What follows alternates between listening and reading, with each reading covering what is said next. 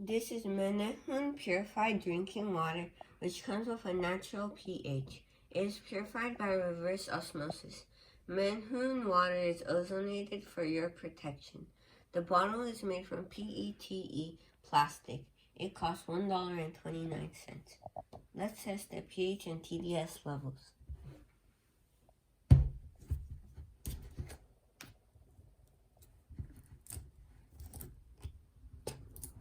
Let's pour some water in.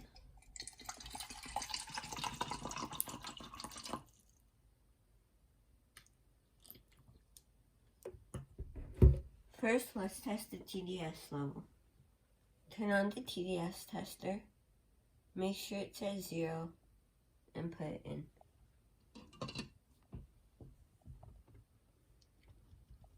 Five. That is microfiltered water. Now let's test the pH level. Do 2 to 3 drops.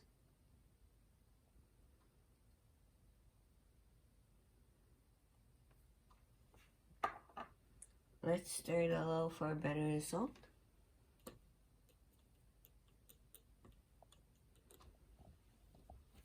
I give this a 4. This is acidic.